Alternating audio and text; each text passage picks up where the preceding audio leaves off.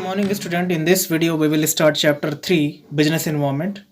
What is business environment? Business environment है क्या और इसके फीचर्स क्या हैं और इसके अंदर डायमेंशन कौन कौन से हैं और कौन सी ऐसी पॉलिसीज़ है जिसमें बिजनेस एनवायरनमेंट को बहुत ही लार्ज स्केल पे इन्फ्लुएंस किया है और क्या रिसेंट चेंजेस हैं बिजनेस में वो हम देखेंगे। बिजनेस की स्ट्रेटजीज़ में क्या बदलाव हुए हैं। तो आशा करता हूँ आप सभी घर पे बहुत अच्छे होंगे और हमारे वीडियोस को एंजॉय कर रहे होंगे। तो चैप्टर 3 बिजनेस एनवायरनमेंट का मीनिंग क्या है। बिजनेस तो आप जानते हैं, बिजनेस का मतलब होता है एन एक्टिविटी और ट्रेडिंग एक्टिविटी वेयर और any occupation in which peoples are busy to earn profit, whether it is business और प्रोफेशन और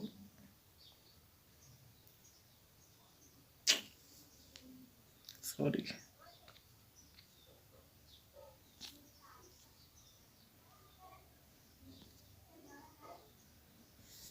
So hello student, in this video we will start what is business environment. You know that business means business is an activity where people are engaged to earn profit, whether it is trade or auxiliaries to trade or industrial activity, all these are business activity. तो business जिस surrounding में जिस situation में exist करता है उसके आसपास के सारे फैक्टर्स, सारे फोर्सेस, सारे इंस्टीट्यूशंस उसके बिजनेस एनवायरनमेंट को क्रिएट करते हैं। तो ये एनवायरनमेंट है क्या। जैसे आप शॉप में जाते हैं तो आप एक कस्टमर है ना, उस शॉप के बगल वाले शॉप का जो कंपटीटर्स, ठीक है, और उस शॉप का जो शॉपकीपर की स्ट्रेटजी, ये सब एक एनवायरनमेंट क्रिएट कर रही हैं, ठीक है। उसके शॉप में काम करने वाले एम्प्लॉयज़, वहाँ पे कि कौन से स्टेट गवर्नमेंट है, कौन सी स्टेट पॉलिसीज़ हैं, ठीक है, किस कंट्री का शॉप है। तो ये जो एग्जिस्ट करता है चारों तरफ एक वातावरण, एक एनवायरनमेंट जो बिजनेस को डायरेक्टली इन्फ्लुएंस करता है, बिजनेस एनवायरनमेंट कहलाता है, ठीक है। कई बार डायरेक्टली भी और कई बार इनडायरेक्टली भी।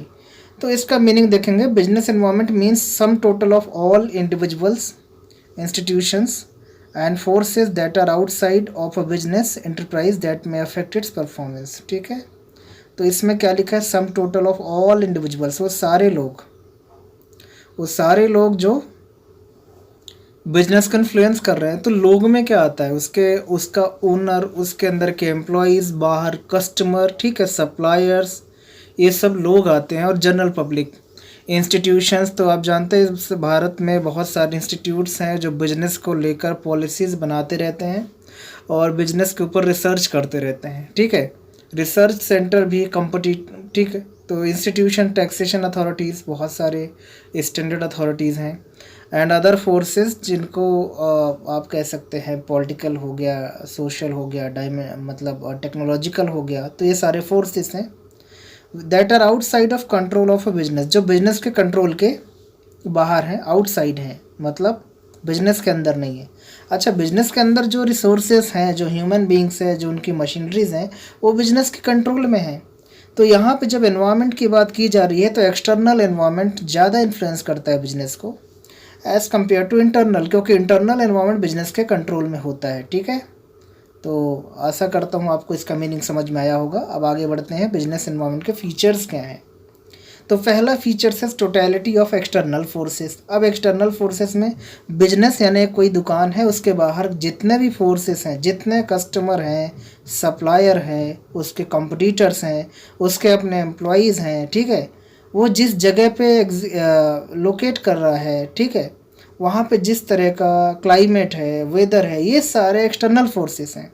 वहाँ पे जिस तरह की गवर्नमेंट एजेंसीज़ है, जिस तरह की सिक्योरिटीज़ है, तो ये जो सारे एक्सटर्नल फोर्सेस हैं, ये बिजनेस एनवायरनमेंट के फीचर्स हैं, ठीक है। अब आता है स्पेसिफिक एंड जनरल फोर्सेस। तो स्पेसिफिक का मतलब क्या, विशेष, जो बिजनेस से रिलेटेड है डायरेक्टली। जैसे मेरी कोई दुकान है, मेरी कोई शॉप है, तो मेरे कस्टमर डायरेक्टली मेरे से रिलेटेड है। मैं जिनसे मटेरियल ख़रीद के लाता हूँ, सप्लायर, वो मेरे से डायरेक्टली रिलेटेड हैं। मेरे यहाँ पे काम करने वाले एम्प्लॉयज़ मेरे से डायरेक्टली रिलेटेड हैं।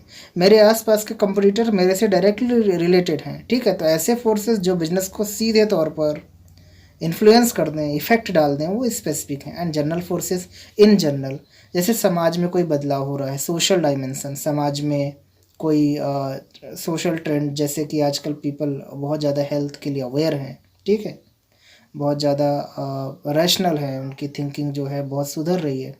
तो ये सोशल हो गया या सरकार की कुछ पॉलिसीज़ है जो सभी बिजनेसमैन को इफ़ेक्ट करेंगे, जैसे जीएसटी लाना या डिमोनेटाइजेशन, ठीक है, ये जनरल फोर्सेस हैं।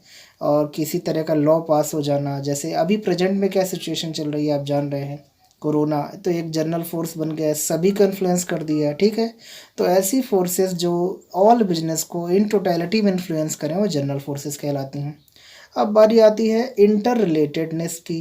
इंटर रिलेटेडनेस का मतलब क्या, जो एक दूसरे से रिलेटेड है, मतलब एक डायमेंशन, एक कोई फोर्स दूसरे फोर्स से रिलेटेड है। आप समझ रहे होंगे मेरी बात को।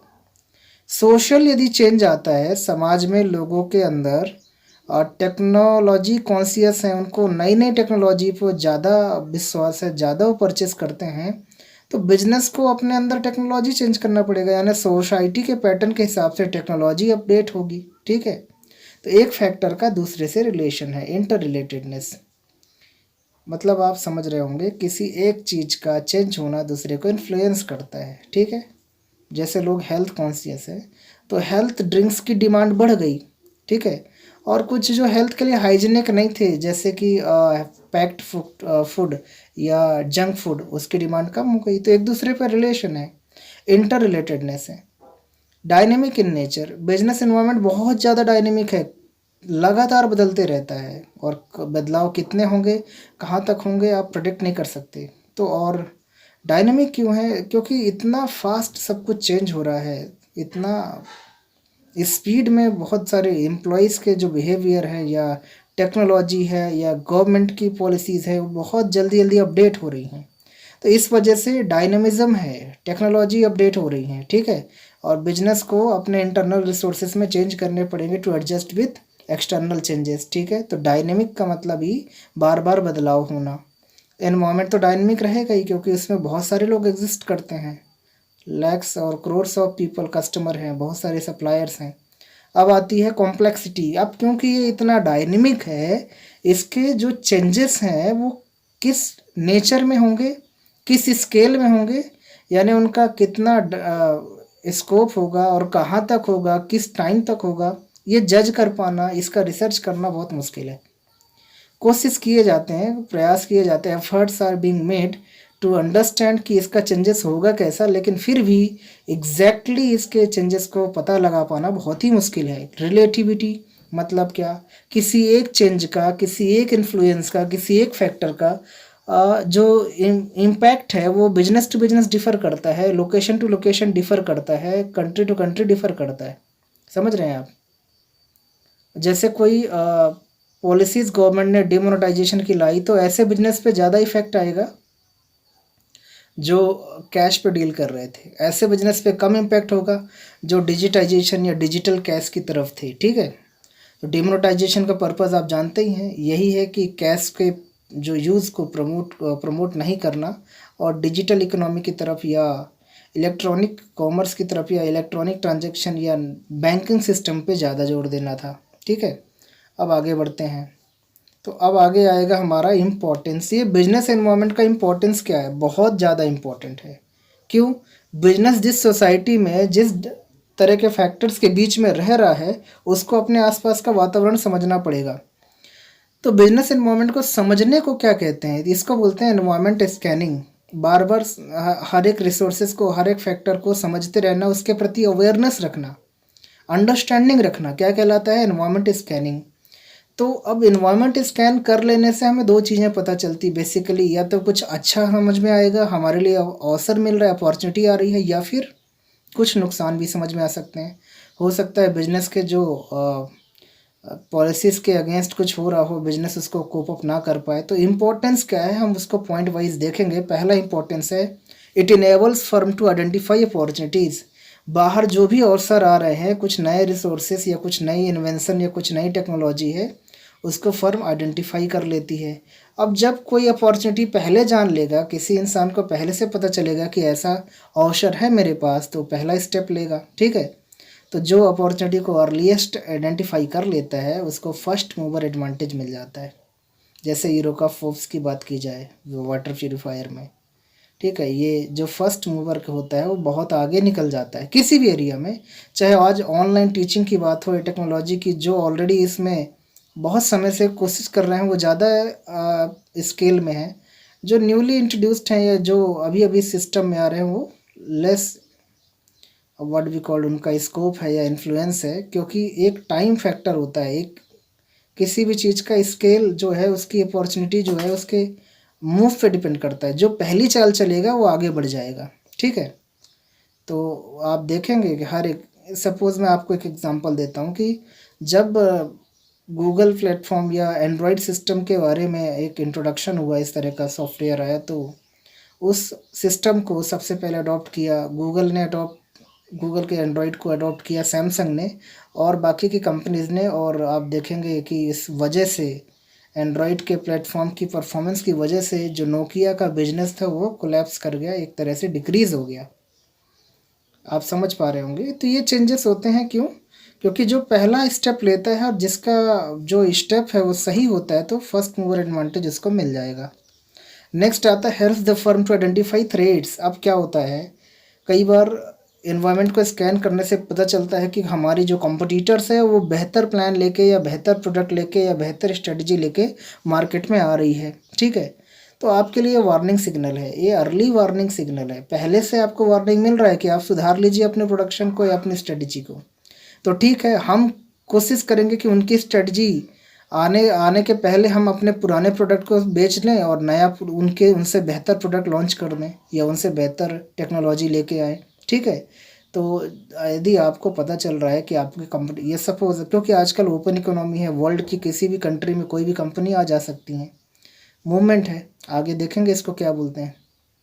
तो उससे थ्रेट्स हो जाएगा ना। आप जिस एरिया में अपनी कंपनी चला रहे हैं वहाँ पे कोई बड़ी कंपनी आ जाए तो उससे खतरा है। आप देखें इंडिया में स्ट्राइक्स क्यों होती है, जब भी कोई फॉरेन रिटेल कंपनी जैसे वॉलमार्ट या कोई ऐसी कंपनी आना चाहती है तो जो लोकल रिटेलर हैं वो क्यों सड़क पे आ जाते हैं, क्योंकि उनके लिए खतरा है और उनके पास इतना रिसोर्सेज नहीं है कि वो कोप अप कर पाएँ। समझ रहे हैं आप मेरी बात को। Next, helpful in tapping and assembling resources. अब रिसोर्सेज जो होंगे, जो रॉ मटेरियल है, जो ह्यूमन बीइंग है, जो टेक्नोलॉजी है, उसको हम अपडेट करेंगे यदि हम एनवायरनमेंट को समझते रहेंगे।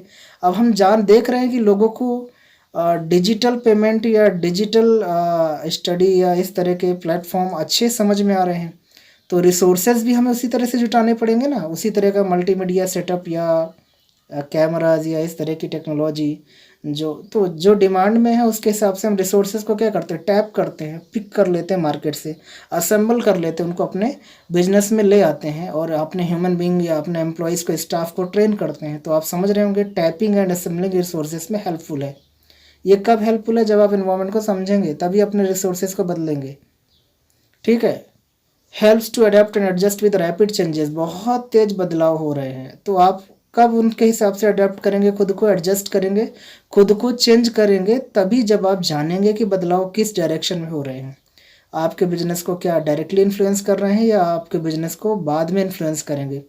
तो जैसे जैसे एडजस्टमेंट, जैसे जैसे मार्केट में चेंजेस आते जाते हैं, सोसाइटी में चेंजेस आते हैं, गवर्नमेंट की पॉलिसीज़ बदलती है, हमको अपने आप को भी अडेप्ट करना पड़ेगा। जैसे कि आपको अपनी अकाउंटिंग सिस्टम एकदम दुरुस्त रखनी है, परफेक्ट रखनी है, उसके लिए आप सीए अपॉइंट करेंगे, आप सॉफ्टवेयर की हेल्प लेंगे, आप अपने एम्प्लॉयज़ को ट्रेन करेंगे, क्योंकि गवर्नमेंट बहुत ज़्यादा स्ट्रिक्ट है ना। तो ये रैपिड चेंजेस जो भी हो रहे हैं उसके हिसाब से आप अडेप्ट करेंगे, एडजस्ट करेंगे, ठीक है।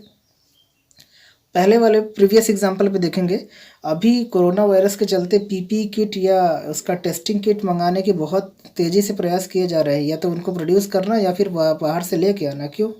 एनवायरनमेंट चेंज हो रहा है, ठीक है। आगे बढ़ते हैं, assist in planning and policy making. तो ये प्लानिंग क्या है? प्लानिंग लगातार बिजनेस करते रहते हैं, कंटिन्यूस एक्टिविटी है, कभी वन टाइम प्लान नहीं होता है। और पॉलिसी, तो जैसे आप देखेंगे बड़े बड़े ऑर्गेनाइजेशंस ने अपने प्लान में चेंजेस लाए हैं। कारण क्या है? उन चेंजेस का कारण है रिसोर्सेज बदल जाना, एनवायरनमेंट बदल जाना। जैसे कि रिलायंस जैसी इंडस्ट्रीज़ ने सेंट्रलाइजेशन की जगह डिसेंट्रलाइजेशन को अडॉप्ट कर लिया। बहुत सारी बड़ी बड़ी कंपनीज ने डिसेंट्रलाइजेशन, इन्फोसिस ने अडॉप्ट किया, पॉलिसी मेकिंग में एम्प्लॉयज़ का सजेशन इम्पोर्टेंट समझा जाने लगा। पहले एम्प्लॉयज़ के इंटरेस्ट को या ओपिनियन को हम ज़्यादा तवज्जो नहीं देते थे, अभी ऐसा नहीं है। तो एडमिनिस्ट्रेशन के लिए भी एनवायरनमेंट को समझना बहुत ज़रूरी है। यदि लोगों में अवेयरनेस है, लोगों के अंदर खुद की इच्छा है, इंस्पिरेशन है कि उनको आगे जाना है, तो हाँ, आपको फोर्सफुली उनसे काम नहीं लेना पड़ेगा। आप उनको ऑटोनॉमी दे दीजिए एंड वो एक्सेलेंट कैटेगरी के एम्प्लॉयज़ साबित होंगे या आपके बिजनेस को बहुत ऊंचाई पे ले जाएंगे। इन्फोसिस की बात करूं तो वो कभी भी अपने एम्प्लॉयज़ को टारगेट जो है देते नहीं है, एम्प्लॉयज़ खुद अपना टारगेट सेट करते हैं। ठीक है, तो आप समझ गए पॉलिसीज़ को बदलना। अब आगे आते हैं, आगे की बात आती है इम्प्रूवमेंट इन परफॉर्मेंस। डेफिनेटली जब हम एनवायरनमेंट को समझ के बिजनेस की पॉलिसीज़ को बदलेंगे, रिसोर्सेज को बदलेंगे, ठीक है, प्रोसीजर बदलेंगे, तो हमारा जो परफॉर्मेंस है, हम एक सक्सेसफुल ऑर्गेनाइजेशन की तरह एग्जिस्ट करेंगे। अदरवाइज मार्केट से थ्रो कर दिए जाएंगे, हमारे कंपटीशन में सर्वाइव नहीं कर पाएंगे। ठीक है, अब आती है बारी डायमेंशन ऑफ बिजनेस एनवायरनमेंट। तो इसमें बहुत सारे डायमेंशन हैं।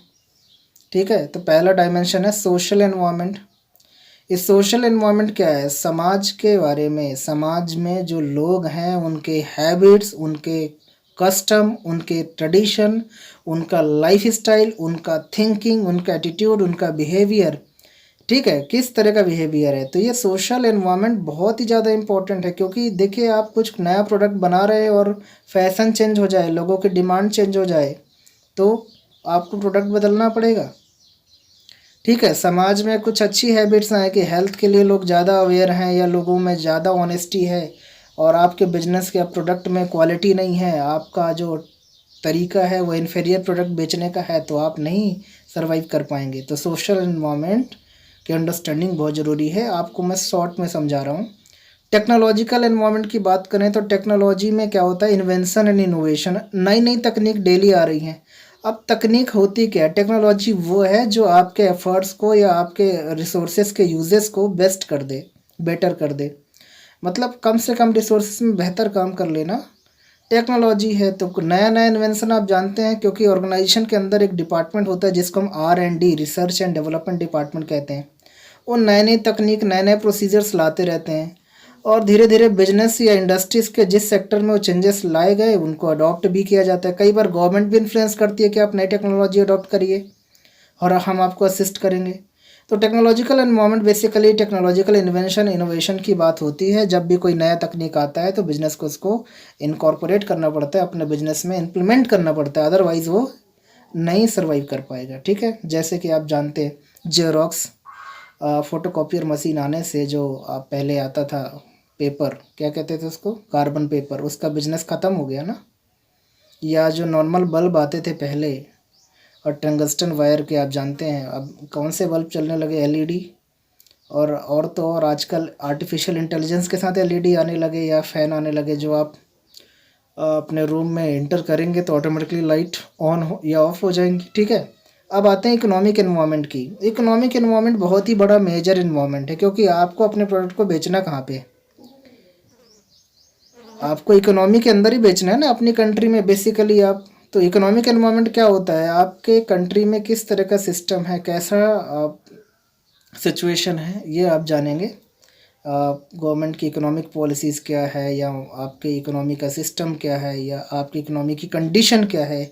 इन्फ्लेशन वाली इकोनॉमी है, डिप्रेशन वाली इकोनॉमी है। ठीक है, पॉलिटिकल एनवायरनमेंट में आता है पॉलिटिक्स से रिलेटेड, पॉलिटिकल पार्टीज़, गवर्नमेंट किस तरह की है, उनके लीडर की प्रोफाइल कैसी है, लीडर का बैकग्राउंड कैसा है, ठीक है, उनका बिलीफ सिस्टम कैसा है। तो ये जो पॉलिटिकल आइडियोलॉजी की बात आती है, गवर्नमेंट किसको सपोर्ट करती है, किसको नहीं करती है, लीडर किस तरह के हैं, ये पॉलिटिकल एनवायरनमेंट में आ जाता है। अब बारी आती है लीगल एनवायरनमेंट में। तो जो भी लॉज या जो भी लेजिस्लेशन या जो सुप्रीम कोर्ट के जजमेंट होते हैं, ठीक है, या छोटी मोटी स्टेट की एजेंसीज या नेशनल ग्रीन ट्रिब्यूनल, जैसे दिल्ली में आदेश दे दिया था कि भाई आप पॉल्यूशन को कम करिए, सरकार ने एहतियातन ऑड इवन का फार्मूला लगाया था, आपको याद होगा ना, बहुत ज़्यादा फेमस था। तो इस तरह के लीगल एनवायरनमेंट में बहुत सारे लेजिस्लेशन, बिजनेस को लीगल एनवायरनमेंट में सर्वाइव करना है। MRP फिक्स करने के लिए एसेंशियल कमोडिटी एक्ट में आ गया कोई प्रोडक्ट, तो आपको MRP फिक्स करने का अधिकार नहीं है, सरकार तय करेगी। ठीक है, तो आप समझ रहे होंगे बहुत सारे कंज्यूमर प्रोटेक्शन एक्ट हैं, कंज्यूमर को राइट्स दिए हैं, उन राइट्स को आपको ऑनर करना पड़ेगा। तो एज अ बिजनेसमैन आपको जानना पड़ेगा कि कौन कौन से लॉज हैं और क्या हमारी कोई एक्टिविटी उन लॉज के अगेंस्ट तो नहीं है। तो चलिए वन नट से एक बार इकोनॉमिक एनवायरनमेंट को ओवरव्यू करते हैं। प्राइवेट पब्लिक सेक्टर के रोल आ जाएंगे कि इसमें कंट्री में कौन सा सेक्टर ज़्यादा है, growth rate, GDP, gross domestic product, GNP, per capita income क्या है, ग्रोथ रेट, ठीक है, rate of saving and investment, लोगों में सेविंग और इन्वेस्टमेंट की कितनी हैबिट्स हैं, बैलेंस ऑफ ट्रेड, ट्रेड का बैलेंस क्या है, हम ज़्यादा एक्सपोर्ट करते हैं इंपोर्ट, बैलेंस ऑफ पेमेंट, हमारा पेमेंट का बैलेंस कैसा है, हमारे फेवरेबल है अनफेवरेबल है, यानी हम कम इनकम अर्न करते हैं फॉरेन ट्रेड से, ज़्यादा हमको पेमेंट करना पड़ता है तो फेवरेबल नहीं होगा, या हम ज़्यादा अर्न करते हैं फॉरेन कंट्री से लेस पेमेंट करते हैं तो फेवरेबल है। ट्रांसपोर्ट एंड कम्युनिकेशन सिस्टम किस तरह का है, बेटर है या एक अर्ली स्टेज पे है, मनी सप्लाई इकोनॉमी में मनी ज़्यादा है कि कम है ना, उस हिसाब से लोग प्रोडक्ट, इंटरनेशनल फॉरेन से हमने कितना लोन लिया है, क्या है उसकी सिचुएशन क्या है। अब बारी आती है सोशल एनवायरनमेंट की। तो ठीक है, सोशल एनवायरनमेंट में समाज के बारे में मैंने बताया था, जैसे जूसेस आप देख रहे होंगे, तो ये जो जूसेस हैं, ठीक है, ये आजकल की डिमांड हो गई है हेल्थ, क्योंकि लोग हेल्थ कॉन्शियस हैं, ठीक है। उसके अलावा समाज में अलग अलग समुदाय के लोग रहते हैं, या आजकल वीमेंस को ज़्यादा रिजर्वेशन दिया गया है या उनके स्टेटस को इम्प्रूव किया गया है, उनके लिए एक बेहतर सुविधाएं ऑर्गेनाइजेशन के अंदर प्रोवाइड की जा रही हैं। गवर्नमेंट का भी इन्फ्लुएंस है और सोसाइटी का भी इन्फ्लुएंस है, उनका जो रोल है बढ़ते जा रहा है, ठीक है। तो इसमें स्टैंडर्ड ऑफ लिविंग, टेस्ट क्या है, प्रेफरेंस क्या है, एजुकेशन लेवल क्या है लोगों का, ये सब देखा जाता है सोशल एनवायरनमेंट में। बात करेंगे पॉलिटिकल एनवायरनमेंट में, तो अभी डिस्कस किया था, इसमें पॉलिटिकल सिस्टम की बात करते हैं तो कॉन्स्टिट्यूशन कंट्री का कैसा है, प्रोफाइल क्या है लीडर्स की, गवर्नमेंट का कितना हस्तक्षेप है बिजनेस में, इंटरवेंशन का मतलब हस्तक्षेप, और फॉरेन पॉलिसी गवर्नमेंट की क्या है, फॉरेन कंपनीज़ को अलाउ करती है नहीं करती है, या फॉरेन प्रोडक्ट्स को अलाउ करती है कि नहीं करती है, फॉरेन इन्वेस्टमेंट को अलाउ करती है कि नहीं करती, डिपेंड करता है इकोनॉमी की कंडीशन पे। लीगल एनवायरनमेंट की बात करें तो इसमें बहुत सारे लॉज लेजिस्लेशन आते हैं, ठीक है, जैसे MRTP act, consumer protection act, essential commodities act, trademark act. Technological में इन्वेंशन एंड इनोवेशन अभी डिस्कस किया था, कुछ भी नई टेक्नोलॉजी आ जाए तो फिर ओल्ड को, एग्जिस्टिंग को खतरा हो जाता है, तो बिजनेसमैन को टेक्नोलॉजी के बारे में अवेयर रहना पड़ेगा, वो भी एक एनवायरनमेंट है, ठीक है। अब नई इकोनॉमिक पॉलिसीज़ के बारे में हम नेक्स्ट वीडियो में डिस्कस करेंगे, इस वीडियो में इतना सफिशिएंट है, ठीक है। Thanks for watching this video, hope you would have understand all the meanings.